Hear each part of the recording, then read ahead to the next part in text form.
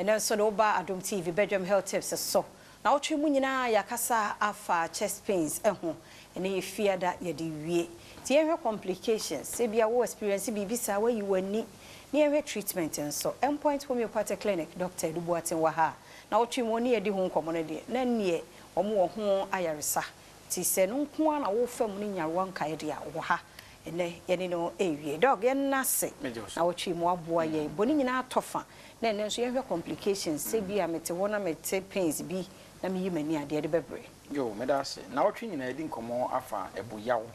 ene ya kire se eboyawo no e ma nipa bebre ahwere omo nkwa because omo amfa ne serious but ye refi se ye bo no ye boyawo ya e betimi afiri wakoma ene ma obo ayewo ya e betimi afiri wo lungs ene ma obo ayewo ya e betimi afiri wo yamu no ma te se gastrointestinal organs obi wo na acid reflux obi wo na kurubi na aba ne yam ni nyina no ebetimi ama obo ayedai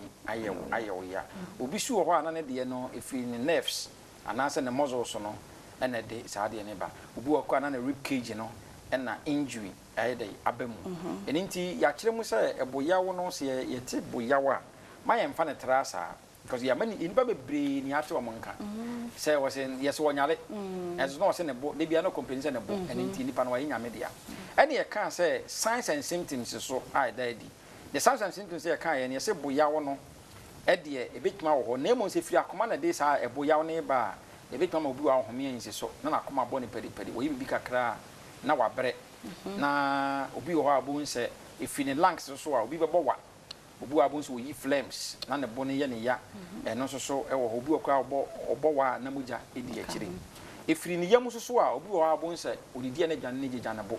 na okesu na o hiccups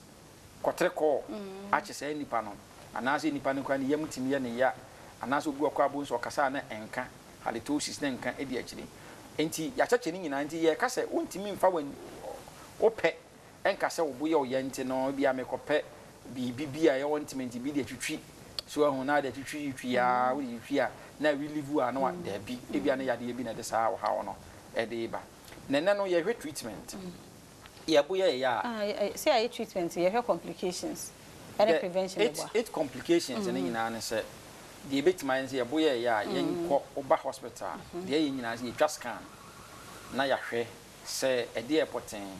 ena nti se ya akomayade a se emponye nipa ne ba ye obi afa se ECG okay electrocardiogram machine e de si obo a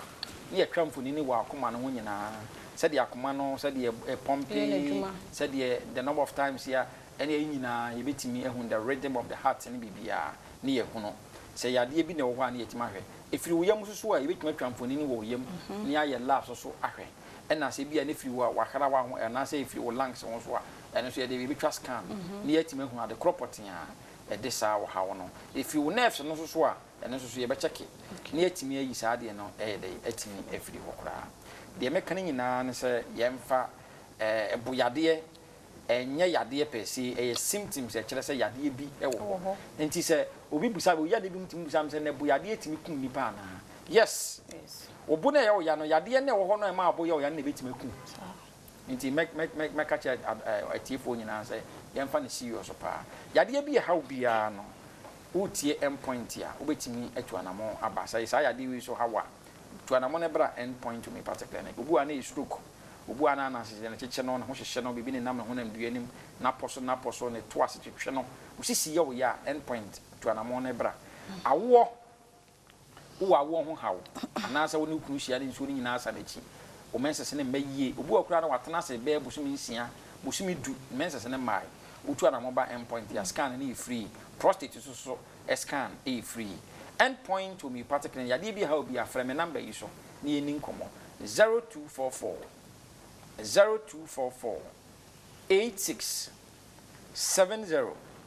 68 0244 86 70